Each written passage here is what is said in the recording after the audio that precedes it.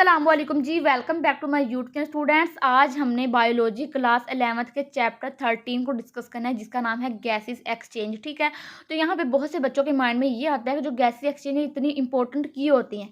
तो आपकी बुक में पहली लाइन में उन्होंने ये बताया हुआ है कि जो हमारे पास तमाम लिविंग ऑर्गेनिज्म होते हैं उनको एनर्जी की ज़रूरत होती है, और उनको ऐसी एनर्जी की ज़रूरत होती है जो कि अनइंटरप्टेड हो, मतलब कि जिसमें कोई भी रुकावट ना आए। तो इसी वजह से गैसेस एक्सचेंज लाजमी होती है ताकि उनको जो एनर्जी है वो मिलती रहे। सबसे पहले हमारे पास डेफिनेशन आती है रेस्पिरेशन की, जो कि लिविंग ऑर्गेनिजम्स को एनर्जी प्रोवाइड करने में काम करती है। ठीक है, तो इसकी डेफिनेशन ये है कि respiration is one of the most important metabolic activities of all organisms. ठीक है, मतलब कि तमाम ऑर्गेनिज्म में जो सबसे इंपॉर्टेंट मेटाबॉलिक एक्टिविटीज होती हैं वो रेस्पिरेशन ही होती हैं। उसके बाद हमारे पास आते हैं रेस्पिरेशन के लेवल्स। तो इनमें दो लेवल्स होते हैं, एक होता है ऑर्गेनिज्मिक लेवल और दूसरा होता है सेलुलर लेवल। ठीक है, अगर ऑर्गेनिज्मिक लेवल की बात की जाए तो इसमें यह है कि organismic respiration is also known as breathing and ventilation. मतलब कि ऑर्गेनिज्म लेवल पे जो रेस्पिरेशन होगी उसको हम ब्रीदिंग कहते हैं और वेंटिलेशन कहते हैं। मतलब इसको दो नाम कहते हैं। वेंटिलेशन का मतलब होता है कि एयर है उसका अंदर जाना या बाहर आना, उसको हम वेंटिलेशन कहते हैं। आगे जो हमारा दूसरा लेवल है वो है सेलुलर लेवल। इसमें क्या होता है, the cellular respiration is directly involve in the production of energy.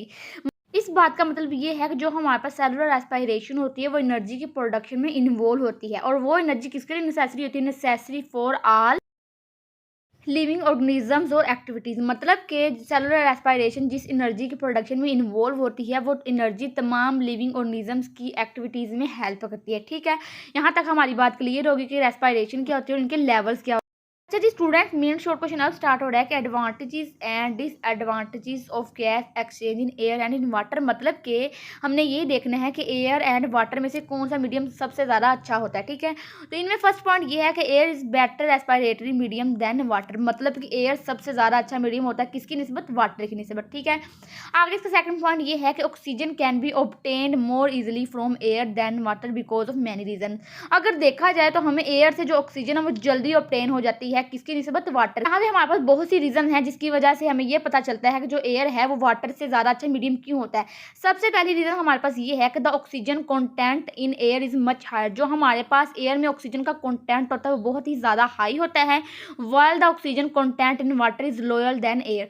और जो कंटेंट वाटर में होता है वो बहुत ही ज़्यादा लो होता है एयर की निस्बत। ठीक है, यहाँ पे हमें एक बात पता चल गई है कि जो ऑक्सीजन कंटेंट होता है वो एयर में ज़्यादा होता है और जो वाटर है उसमें कम होता है। आगे अच्छा जी, आगे हमारे पास सेकंड पॉइंट ये है कि अ litre of water can not contain even 10 ml of oxygen. मतलब कि अगर एक लीटर पानी में देखा जाए तो उसमें 10 ml तक भी ऑक्सीजन नहीं होती है। अब हमने पढ़ना है एयर में ये जो ऑक्सीजन है वो कितनी होती है। अच्छा जी स्टूडेंट्स, अगर यही ऑक्सीजन कंटेंट एयर में देखा जाए तो हमें ये पता चलता है कि while oxygen content of fresh air is about 200 ml पर लीटर। मतलब कि ऑक्सीजन कंटेंट जो फ्रेश एयर में होता है वो हमारे पास 200 ml पर लीटर तक होता है, लेकिन अगर वाटर में देखा जाए तो ये 10 ml तक भी नहीं होता है। आगे हमारे पास थर्ड पॉइंट ये है कि oxygen diffuse about 8000 times more quickly in air.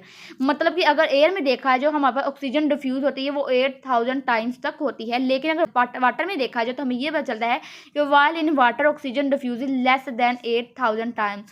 और जो हमारे पास वाटर होता है उसमें ये ऑक्सीजन 8000 टाइम्स तक कम होती है। ठीक है, अच्छा जी, आगे हमारे पास पॉइंट ये है कि in terms of viscosity the water is 50 times more viscous while the air is 50 times less viscous. ठीक है, अगर विस्कोसिटी के हिसाब से देखा जाए जो हमारे पास वाटर होता है वो 50 टाइम्स ज़्यादा विस्कस होता है, लेकिन जो हमारे पास एयर होती है वो 50 टाइम लेस विस्कस होती है। ठीक है, तो यहाँ पे हमें एक चीज़ नहीं पता चली है कि जो विस्कोसिटी होती है वो वाटर की ज़्यादा होती है। और अगर इनका लास्ट पॉइंट देखा जाए तो इनका लास्ट पॉइंट ये है कि water is 8000 times more dense. जो हमारे पास पानी होता है वो 8000 टाइम्स ज़्यादा डेंस होता है, while the air is 8000 less dense then water. ठीक है, और जो हमारे पास एयर होती है वो वाटर की निस्बत 8000 टाइम्स लेस डेंस होती है। ठीक है, यहाँ पे हमें दो नई चीज़ें पता चलती हैं कि जो वाटर की विस्कोसिटी होती है, जो डेंसिटी होती है वो एयर की निस्बत ज़्यादा होती है। अगर आपको ये डिफरेंस आ जाए एयर में और मीडियम एयर और वाटर में तो आपने इनको अलग अलग मतलब कि सेपरेट डिटेल से बताना है कि एयर में क्या होता है और वाटर में क्या होता है। और अगर आपको लॉन्ग क्वेश्चन आ जाए तो आपने ऐसे लिखना। ओके जी।